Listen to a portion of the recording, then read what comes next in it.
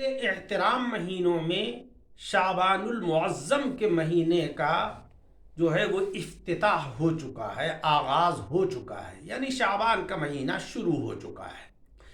یہ ماہ مبارک بڑی عظمت و رفعت کا حامل ہے۔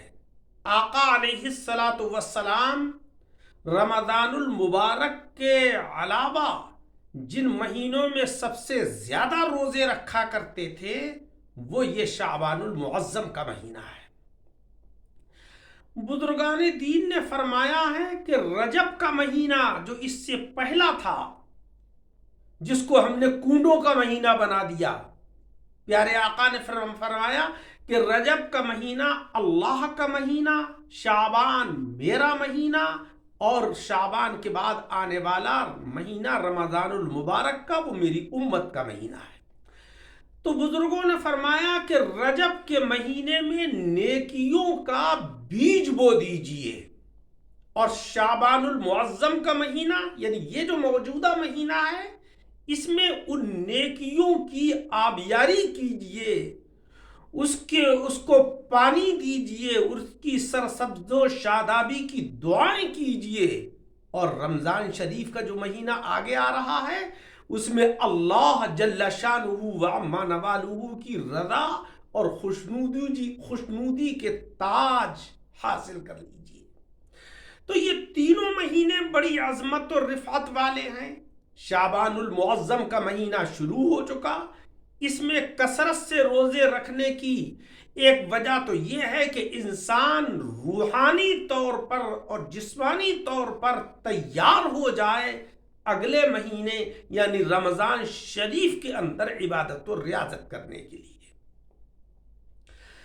غنیت الطالبین کے اندر لکھا ہے کہ شعبان میں جو حروف ہیں شین، عین، با، الف اور نون، یہ حروف بھی بڑی عظمت و رفعت کی طرف کو اشارہ کرتے ہیں۔ شین سے اشارہ ہے شعور کی طرف، اور عین سے علو یعنی بلندی کی طرف، اور با سے بر یعنی نیکی کی طرف، اور الف سے الفت و محبت کی طرف، اور نون سے نور کی طرف کو اشارہ ہے۔ گویا کہ یہ ساری نعمتیں جب انسان اللہ کی بارگاہ میں عبادت و ریاضت کرتا ہے تو مولا تبارک و تعالی یہ سارے صفات اس کو عطا فرما دیتا ہے۔ لیکن پیارے عزیزوں، اس مہینے میں جو بڑی عظمت کا حامل مہینہ ہے اس میں ہمیں کثرت سے عبادت کرنا چاہیے۔ آقا علیہ السلام سے جب یہ معلوم کیا کہ یا رسول اللہ آپ اس مہینے میں اتنی کثرت سے روزے کیوں رکھتے ہیں، تو آپ علیہ السلام نے فرمایا کہ اس مہینے میں اللہ تبارک و تعالیٰ کے یہاں یہ فیصلے ہوتے ہیں کہ کون اس سال پیدا ہوگا، کس کو اس سال موت دی جائے گی، کس کو کتنا رزق دیا جائے گا۔ تو میں یہ چاہتا ہوں کہ جب میری موت یا میری وفات کا فیصلہ ہو تو میں روزے کی حالت میں ہوں۔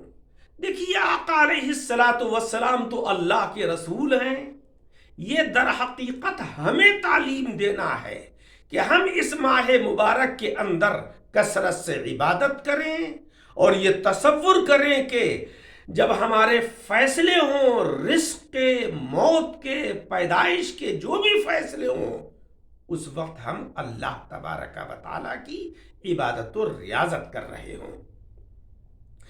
اس مہینے میں 15 شعبان المعظم کی رات بڑی اہمیت والی رات ہے۔